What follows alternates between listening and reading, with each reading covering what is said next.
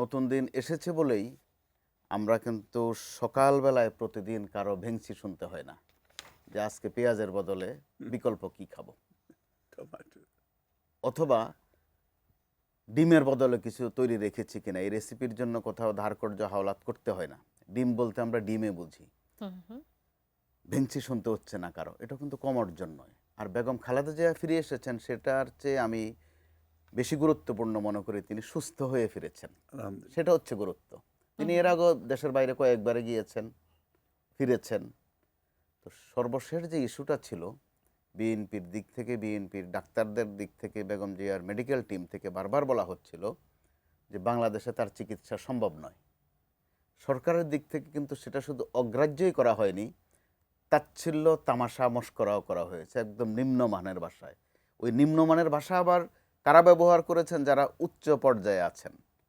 যেমন আমি যদি এখানে উচ্চারণ করতে খারাপ লাগবে, কিন্তু এরপরে প্রসঙ্গের অনিবার্যতায় আসতে হয়। আপনি ভাবেন তো, আমি কোড আন কোড পড়ছি, বয়স তো ৮০, মরে মরে শুনি মরে না তো। আপনি ভাবেন তো কোন পর্যায়ের ভাষা এটা? কে করেছিলেন এই মন্তব্যটা? সাবেক প্রধানমন্ত্রী। কার সম্পর্কে? আরেকজন সাবেক প্রধানমন্ত্রীর সম্পর্কে। আবার ওনার লিভারে অসুখ হয় কেন, আর কারো হয় না? ইঙ্গিতবহ প্রশ্ন। কিন্তু কে করেছিলেন? ওই দলটির দ্বিতীয় ব্যক্তি ওবায়দুল কাদের। সানবিট সব দিবে সামাল। সানবিট ম্যাজিক প্রেস ডিশওয়াশিং এর মাথা ঘোরানো সলিউশন। বেগম জিয়া গত দীর্ঘ সময়ে শুধু অসুস্থ ছিলেন তাই কিন্তু নয়, অনেক কিছু হারিয়েছেন তিনি। মাকে হারিয়েছেন, বড় বোনকে হারিয়েছেন, ছোট ভাইকে হারিয়েছেন, ছোট ছেলেটাকেও হারিয়েছেন। কোকোর কথা বলছি। তো কোকোর মৃত্যুর ওই সময়ও কিন্তু আমরা রাজনীতির নামে কিছু নাটকীয়তা দেখেছি, অর্থাৎ হয়রান করা কাকে বলে। আর মাঝে দিয়ে তো ওনাকে বাড়ি ছাড়া করাই হয়েছে। তো এরকম একটা অবস্থায় তিনি যখন এখন মোটামুটি একটু সুস্থ হয়ে ফিরেছেন, তাতে মোটা দাগে এটা কিন্তু প্রমাণ হয়ে যায় যে মেডিকেল বোর্ডের যে ডাক্তাররা যে বলেছিলেন বাইরে ওনার চিকিৎসা সম্ভব, সেটা কিন্তু অক্ষরে অক্ষরে প্রমাণ হলো। হয়তো এখন পর্যন্ত আমরা যতটুকু জানি যে তিনি একেবারেই সুস্থ হয়ে গেছেন তা নয়, আগের চেয়ে সুস্থ হয়েছেন, যেখানে আশাও ছেড়ে দেয়া হয়েছিল। আবার মাঝপথে দেখেন, একটু আগে আমি যে শব্দটা বললাম, হাইপ বলতে একটা শব্দ আমরা তুলে দিলে হয়ে যায়। হাইপ তোলা হলো বেগম জিয়া যখন এবার চিকিৎসার্থে গেলেন, যে তিনি আসবেন কিনা। আসলে আমি গণমাধ্যমের জায়গা থেকে দেখছি যে জটিল সময়ে কথা বলতেও কিন্তু একটু সাবধানে বলতে হয়, আমার কোন বাক্যটা, কোন শব্দটা কোন দিকে চলে যায়।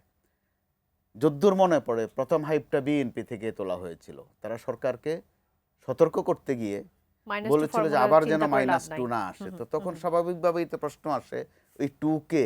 একজন ধরলাম বেগম খালেদা জি, আরেকজন কি শেখ হাসিনা, নাকি আরেকজন তারেক রহমান?